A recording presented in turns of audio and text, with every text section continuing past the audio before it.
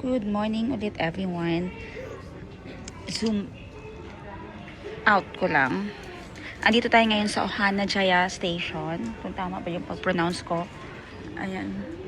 Time check natin is 9:35 in the morning, Ohana Jaya Station. And we are going sa Mitsui Outlet para matumingin kung anong pwedeng ibenta natin from Outlet Store Japan. And checking sa maps namin, ito yung magiging proseso. Tinuruan ako ng aming kaibigan na si Sab how to navigate using train station papunta doon. So ipapakita ko sa inyo kung ano yung tutorial na pinakita niya sa akin and paano mag-navigate dito sa loob ng ng train station nila kasi overwhelming talaga, ang daming platform and kailangan mo talagang mag-observe to the max.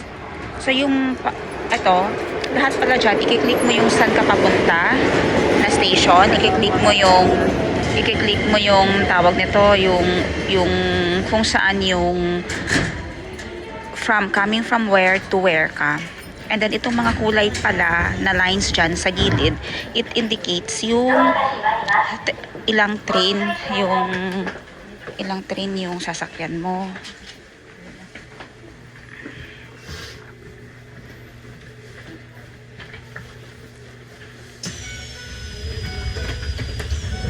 Game.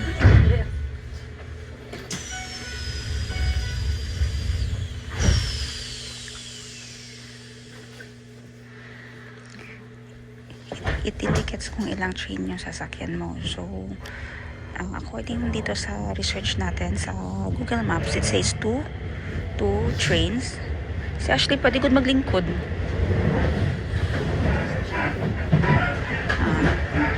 So, yung nabayaran namin yun is 390 yen or approximate na sa mga 180 pesos yung first train ha. Kasi lilipat pa kami ng kabilang train later. So, ito yung magiging kabilang train. Light blue yung color niya. Ayan siya. And it indicates 5 stops. Ito namang first train natin. Kita nyo ang layo. 52 stops going there. 52 stops. So, mabuti na lang, nakaupo kami ngayon. Lahat kami ay nakaupo. Diyan sila sa harapan ko. Lahat nakaupo. So, lahat busy na lang sa phone. Mag-upload o mag-chat ng and mag-upload or na-update sa mga business, postings, or anything. Ayan. So, ngayon, itong dito pala sa baba ng ng Google Maps nakalagay din na may 690 yen na budget na pamasahe, no? Which is cool kasi makaka-budget ka na kung magkano yung pamasahe mo.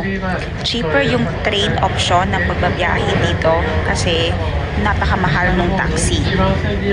Napakamahal kahit na madami pa kayo, napakamahal nung taxi knowing traffic and malayo yung destination or yung location. Next natin is dito yun yung pamasahe nakalagay 690 yen. Tingnan natin kung magkano. Kasi ito ngayon is 390 yen na eh. So baka yung next train is 300 yen. So ayan na, i-attach ko yung mapa dyan para ma-assist kayo ano yung itsura ng map natin. Ashley, come here.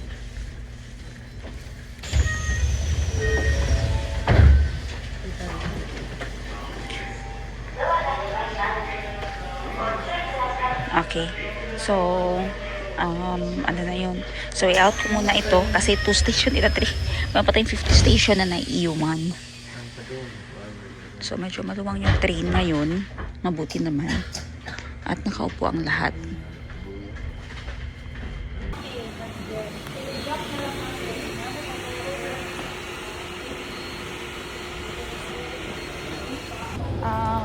Kanina card yung tinry namin dahil nasa bus na kami ngayon. Grabe no, nga at saka kapa kami. So, hindi in-accept yung card namin. Hindi namin alam paano magbayad. Ang hirap pa nilang kausapin talaga in English. Bumalik kami dun sa taas sa may train station. Tapos siya ang nag-suggest sa amin na pwede naman pala mag-cash. So, pin-repair na namin yung cash which is 230 yen each. Nasa mga 100 pesos each tayo. Naman abot ng 100 pesos each yun papunta dun sa outlet. So ngayon nakapila na kami sa bus. Ayan siya. For sure standing ovation. Dun kami dadaan sa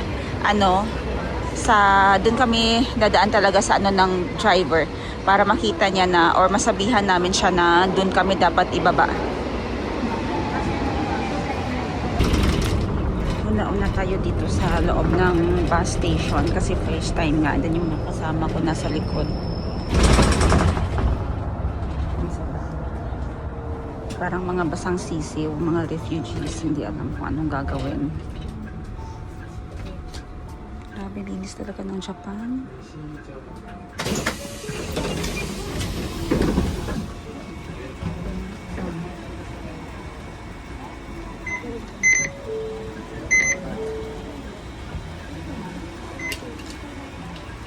Natin. So, naka-prepare na ng pamasahe namin na 230 each or 1,840 yen para diretso baba na lang kami. So, yung mapa, ipapakita ko naman sa inyo yung mapa na moving din siya. Moving din yung map natin kung saan tayo yung location natin. Nag-move din siya. So, alam natin kung saan na tayo banda. Ng Onitsuka. Mitsui Outlet Park. Hello, Mitsui Outlet Park. So, first stop namin is kain muna and after that, hindi na kami magtagdanay dayon. Kanya-kanya na lang kami ng lakad.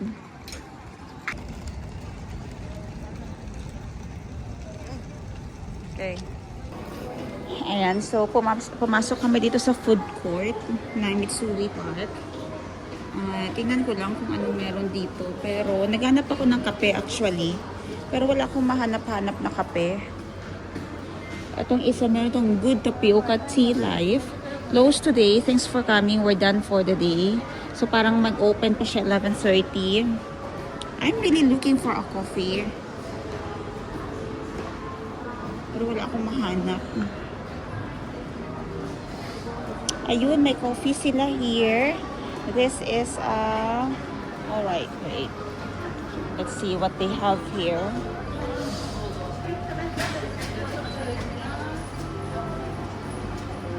Coffee. Royal milk tea. So I don't know where's the menu for coffee and how to order here.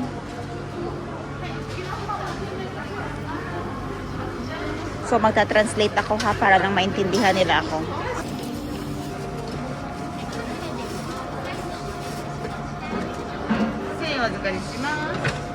So 700 yung binayaran ko sa coffee. Ayan yung bill natin na 700. Ang bait ng mga Japanese, mga kalmado din sila. Parang mga Thai din. Nandito pala yung coffee menu. Okay. So 350 yen yung isang coffee. Ayan. So, dalawa yung order ko. So, pinahintay niya ako dito. Dalawa yung order ko. Itig-isa kami ni Boss Jerry kasi Boss Jerry mahilig din kasi siya mag-coffee. So, kunan natin siya. Parang pangit naman kung ako lang yung magkakape, no? Kami ni Boss Jerry kasi mahilig talaga mag-coffee. So, hot coffee. And, bibili ako ng lunch ko. Burritos yung nahanap ko kanina. Okay.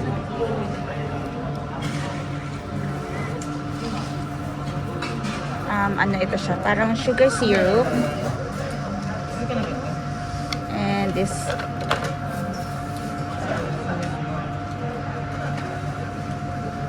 Choco Crow. Choco Crow. Huwag na ito na lang siguro parang sugar syrup ito.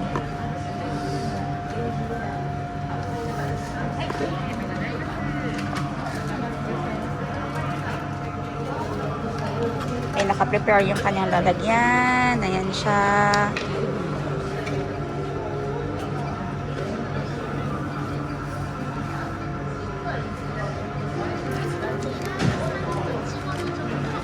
Ay, hindi pa pala yun sa akin. Nakala ko akin na. So, palibot nito, ayan. Coffee shop. Sa umpisa talaga, sabi ko nga sa inyo, there's always a first time for everyone. And it's normal to be scared. It's normal to be excited, to be happy. Yung hindi mo yung happiness mo ba? Kasi nga first time, diba? Pero what's important is you are learning talaga and marunong ka makisama sa mga taong kasama mo sa biyahe, sa kanila, sa mga Japanese, sa napupuntahan mong lugar, sa culture. Arigato! Yay! So, kuha lang ako ng stir. Ayan, sugar pala. Hulog ko na lang dito. Alright, so we have a coffee na ni Boss Jerry. Kukunin ko na yung aking Taco Bell. I'm craving for Taco Bell today. And sana may mahanap ako ng ibang options. Pero yun na yung option ko so far. So yung aking kapatid, si Princess, tindera sa Africa, nagpaiwan sa hotel. Hindi ko alam bakit. Sabi niya, mag-i-edit daw siya. Hindi siya sumabay sa amin ngayon. Chismis! Asa sila? Asa na Madam Tan Gibbs? Coffee. Asa ka mag-buy? Doon, sa labas. Saan sila? Naghanap ako ng Taco Bell.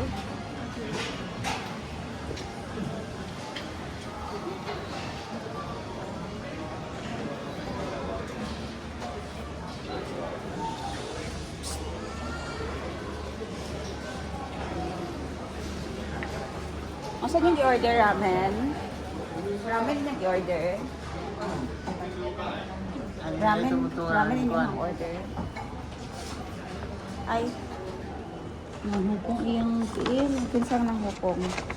Yes. Office ko man na-serve na siya, Rio. Dito And, dito sa office, sila sa office, mga sa loob. bye. Nakakuya ko adire.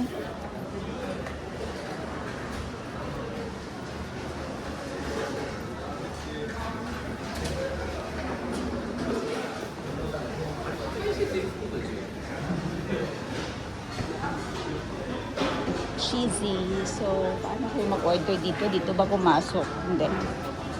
Gusto ko yon cheesy burrito. Pero hindi sana yung set. Cheesy burrito lang talaga.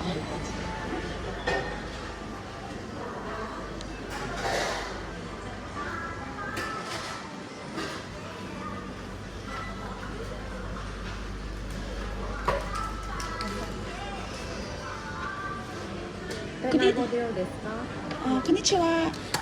Cheesy burrito? はい。 No set. ノースです。 Yeah. この値段ですね。 Okay. ここですか？ Take away.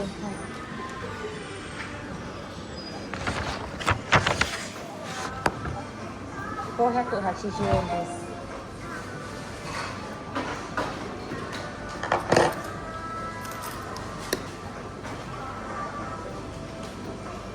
はい、1000円お預かりいたします。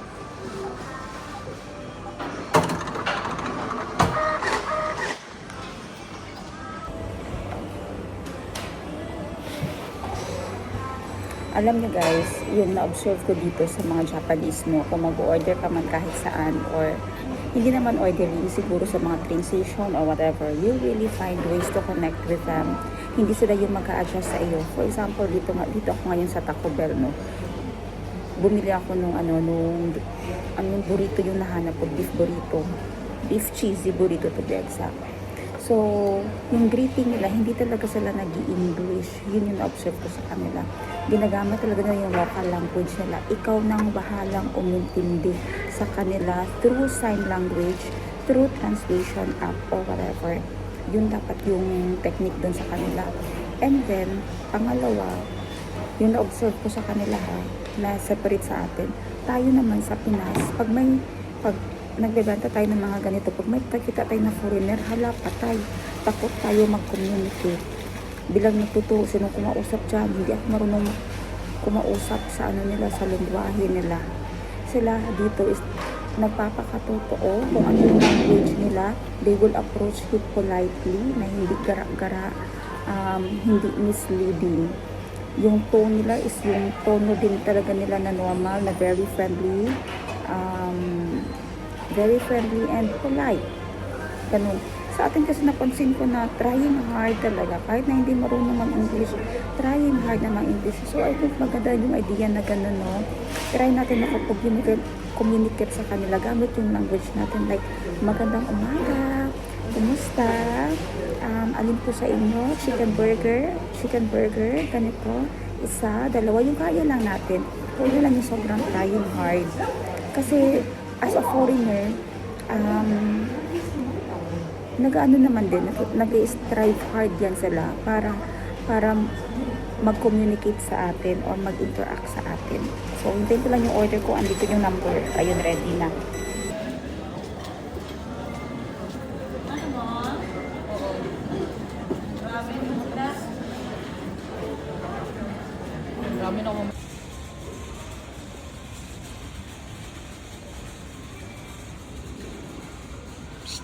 Mongolia. Pretty flowers. Talaga ang vlog ni Boss Jean ha, kasi kahit nahihirapan yan siya mag-vlog, talaga yan siya para sa inyo. Ako din oh. Na natin sila close up oh. Puno na yung, ang tawag namin sa duffel bag nila ay body bag. Puno na yung body bag nila sa kumpra.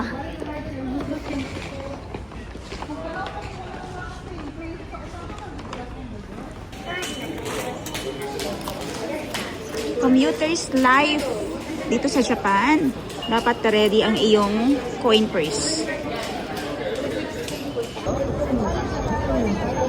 Grabing camera mo ba?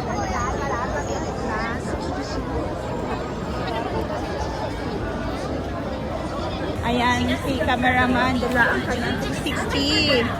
Tingnan natin ang after shot niya. Shibuya!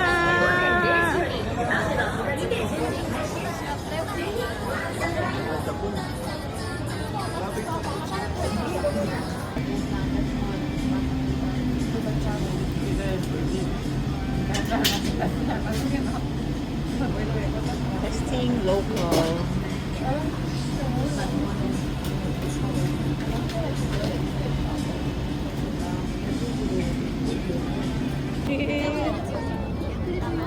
Yeah, clean na.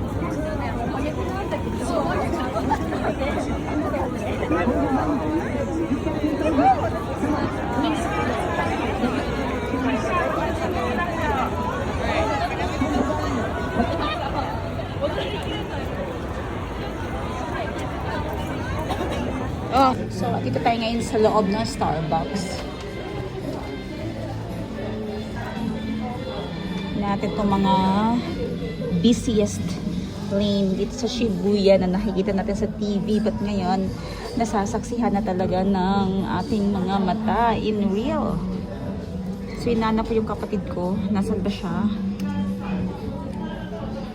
Hindi ko siya makita, bibidyohan ko sana siya from here.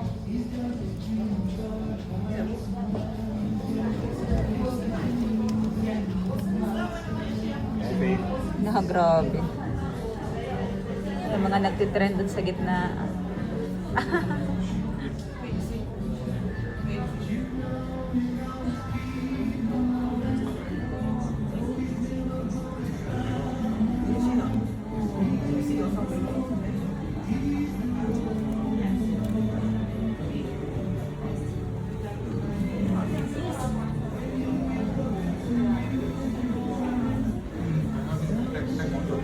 Guys, ayun na silang dalawa oh. Ayun silang dalawa oh. Sa may hawak ng KCC oh.